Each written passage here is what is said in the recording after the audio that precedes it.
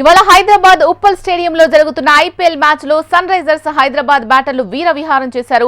Hyderabad team 20 ఓవర్లలో 6 వికెట్ల నష్టానికి 286 పరుగులు చేసింది. మరోవైపు రాజస్థాన్ రాయల్స్ 3 వికెట్లు కోల్పోయి పీకల్లోతు కష్టాల్లోకి చేరుకుంది.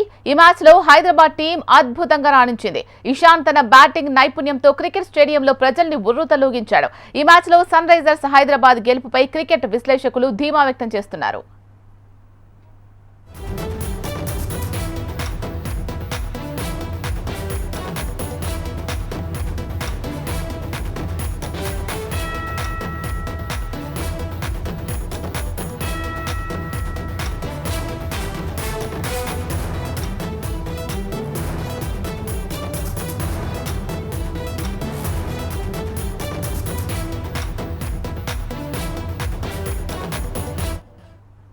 ఇవాళ హైదరాబాద్ ఉప్పల్ స్టేడియంలో జరుగుతున్న ఐపీఎల్ మ్యాచ్ లో సన్ రైజర్స్ హైదరాబాద్ బ్యాటర్లు వీర విహారం చేశారు.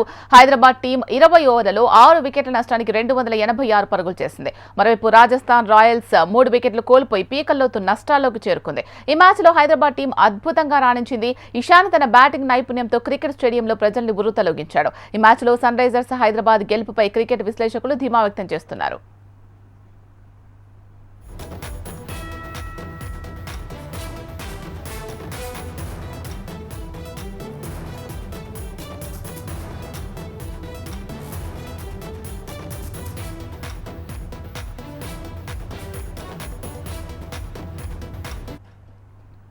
ఇవాళ హైదరాబాద్ ఉప్పల్ స్టేడియంలో జరుగుతున్న ఐపీఎల్ మ్యాచ్ లో సన్ రైజర్స్ హైదరాబాద్ బ్యాటర్లు వీర విహారం చేశారు. హైదరాబాద్ టీం 20 ఓవర్లలో 6 వికెట్ల నష్టానికి 286 పరుగులు చేసింది. మరోవైపు రాజస్థాన్ రాయల్స్ 3 వికెట్లు కోల్పోయి పీకల్లోతు కష్టాల్లోకి చేరుకుంది. ఈ మ్యాచ్ లో హైదరాబాద్ టీం అద్భుతంగా రాణించింది. ఇషాన్ తన బ్యాటింగ్ నైపుణ్యంతో క్రికెట్ స్టేడియంలో ప్రజల్ని ఉర్రూతలూగించాడు. ఈ మ్యాచ్ లో సన్ రైజర్స్ హైదరాబాద్ గెలుపుపై క్రికెట్ విశ్లేషకులు ధీమా వ్యక్తం చేస్తున్నారు. మరి మనతో పాటు sports analyst Sudheer Mahavadi phone లైన్లో సిద్ధంగా ఉన్నారు. ఆయనతో మాట్లాడదాం. హాయ్ సుధీర్.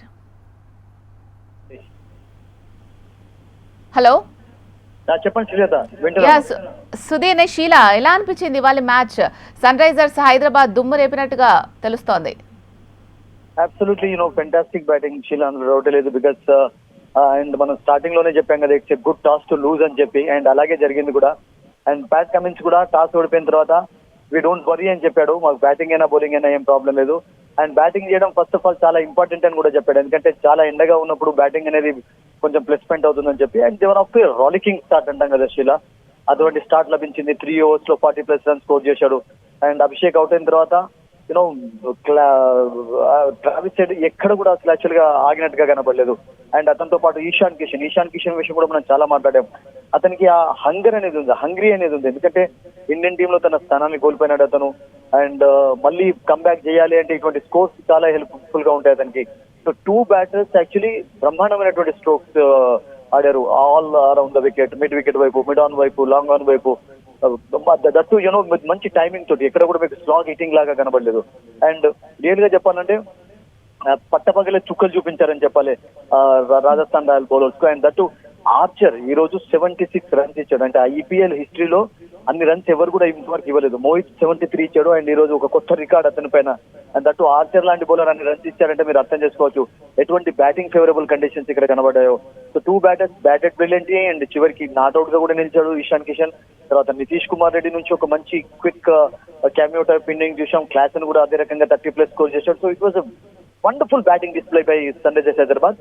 అండ్ వాళ్ళకు 300 మనం అన్నాం కదా స్టార్టింగ్ లో, 300 ఛాన్స్ కూడా కనబడింది. లాస్ట్ ఓవర్ లో కొంచెం కపుల్ ఆఫ్ వికెట్స్ కోల్పోవడం తోటి ఆ మార్క్ చేరుకోలేకపోయాడు. బట్ 286 అనేది సెకండ్ హైయెస్ట్ స్కోర్ కూడా వాళ్ళపైనే ఉంది.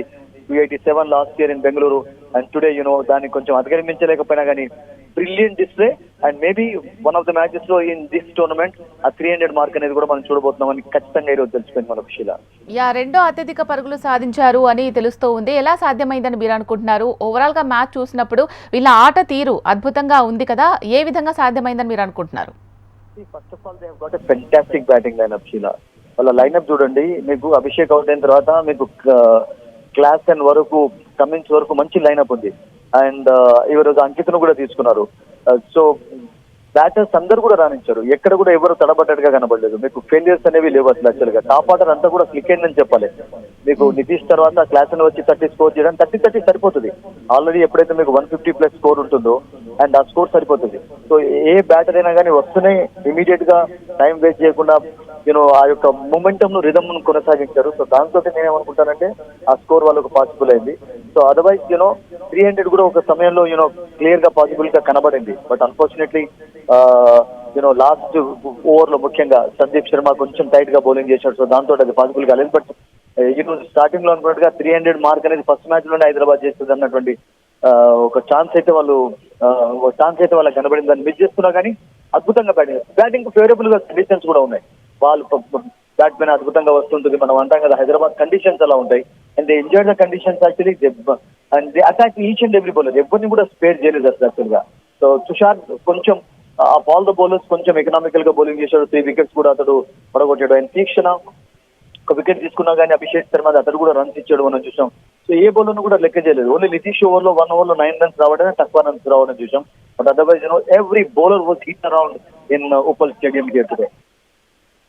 ఓవర్లలో 286 పరుగులు సన్ రైజర్స్. ఇది రాజస్థాన్ రాయల్స్ కు ఏ విధంగా ఉంటుందంటారు? వీళ్ళు ఆల్రెడీ 3 టాప్ ఆర్డర్ అవుట్ అయిపోయినారు. అండ్ వాళ్ళకు ప్రాబ్లం ఏంటంటే మీరు చూడండి, టాప్ ఆర్డర్ లో ఫారినర్స్ ఎవరు లేరు అసలు. ఇప్పుడు హైదరాబాద్ టీమ్ లో ట్రావిస్ హెడ్ ఉన్నాడు, క్లాసెన్. వీళ్ళు ఇప్పుడు హెట్మైర్ వచ్చిన వరకు ఎవరు కూడా లేరు. సో ఇండియన్ బ్యాటర్స్ లో ముఖ్యంగా వాళ్ళు ఎక్కువగా ఎక్స్పెక్టేషన్స్ జైస్వాల్ మీద పెట్టుకున్నారు. జైస్వాల్ ను సమర్జీత్ అవుట్ చేశాడు. అండ్ ఆ తర్వాత రానా కూడా సరిగ్గా రాణించలేదు. రియాన్ పరాగ్ కెప్టెన్ గా ఉన్నాడు. అండ్ అతను కూడా టాప్ ఆర్డర్ లో వచ్చాడు. అతను జనరల్ గా అయితే middle order and lower order లో ఆడేటువంటి బ్యాటర్ అతను.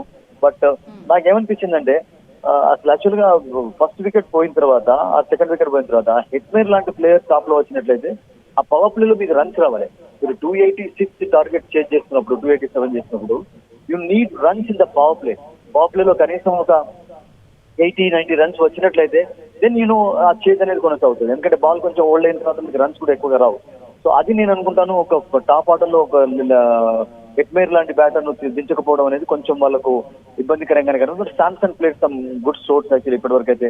బట్ టార్గెట్ అయితే చాలా ఢిల్లీ బహుత్ దూరై అన్నట్టుగానే కనబడుతుంది. And I think Sunrisers are going to win today. That's it. Right. Thank you Sudheer.